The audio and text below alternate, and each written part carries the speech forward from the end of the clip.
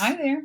So, what I wanted to try today was a close up of Claude Monet's beautiful interpretation of water lilies. And he didn't want to draw every little detail, he just wanted to give you the idea of water lilies. So, I'm just going to draw some ovals for my water lilies.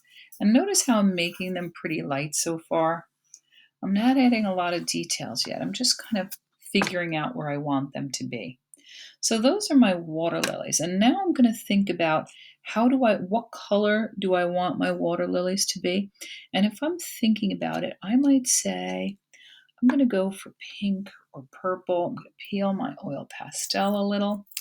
And I'm going to think about how will I make those flowers on there.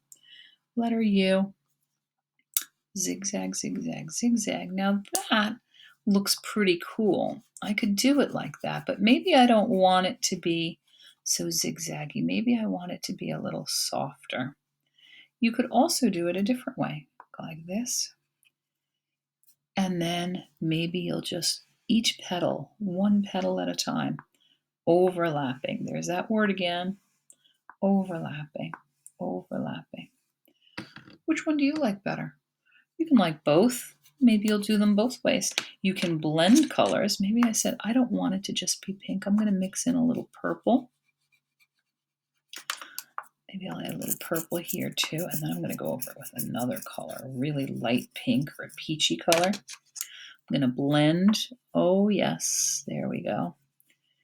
And you can layer. I'm using oil pastels. So oil pastels blend together very nicely. But you can blend with any of the art materials you use. You can blend with crayons. You can blend with colored pencils. You can blend with markers and paint. So those are two of mine. If I want to really get detailed, maybe I'll say, oh, I want there to be little stamen coming out of the center. I'm going to make them like this. Maybe I want to add a little outline or just a hint of a detail for the petals. Yeah, you can add anything you want. Maybe a little red, maybe a lighter color, even yellow. Let's see how yellow looks on top here. Beautiful. Maybe I want to get darker toward the edges. Look like shadow. I like it. There we go. And so once I'm done with that, you saw that I used this green, right? I used a dark green. And maybe I'm just going to make like these little kind of patterns on here. It almost looks like circles. I'm going to find a lighter green and blend. Blend, blend, blend, blend, blend. So I want to be like the artist Claude Monet because I want to use light and dark of the same color. So if I were using red, pinks, that looks good together. Same for the greens. Maybe I'm going to go from dark green to light green. I have a couple of different color choices. Here's regular old green. And what if I mix yellow with the green? Ooh, orange. Orange snuck into my hand. I could mix yellow. Look at how it blends so nicely. It pulls some of the green in with it. And it looks like maybe there's more sunlight hitting it. Gorgeous. So there is my water lily. I can always go back and add little lines to make it look more like a water lily. I could add a little outlining if I want. All that beautiful stuff. Now, just because I'm in a little bit of wanting to go faster for you, I'm just going to fill some of them in, plain old water lilies with lily pads with no flowers on them. I feel like I'm going to end up going back and adding a flower here. I'm going to go around, make my water lilies. Maybe just keep layering different colors. Keep layering different colors. There we go. Here's that light green. Here we go. I'm going to press hard this last round because I really want them to blend. There we go. Pressing hard. Always good to peel it down if you need to. There we go.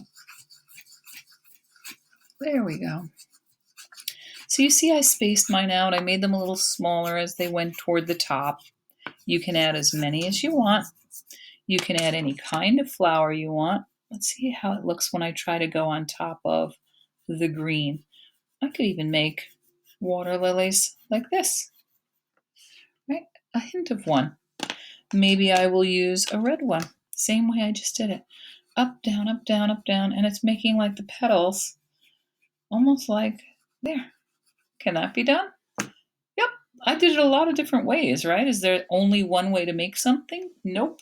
You can try lots of different ways of making things. When I use the darker color on the lighter color, you can see it better. Now look at how I just did it like that. Yep, lots of different ways. You can see the darker color is able to color the color underneath, whereas the lighter color, it's a little bit harder, but that's okay. I don't mind. I'm going to even add a little orange on top. I feel like that looks beautiful to get. Look, makes me want to do another one up here, orange. Now I just decided I don't want to leave any lily pads unflowered. I'm adding a flower to each. So now that I've finished that, I'm going to grab a light color. Now I don't have a white just yet. I'm going to add some swirls of color. Light color, light color. I want it to look like my pond is alive, like maybe there's fish underneath.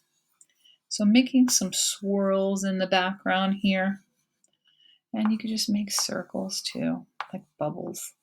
Fill the space however you want, all over. Sometimes look back a little bit.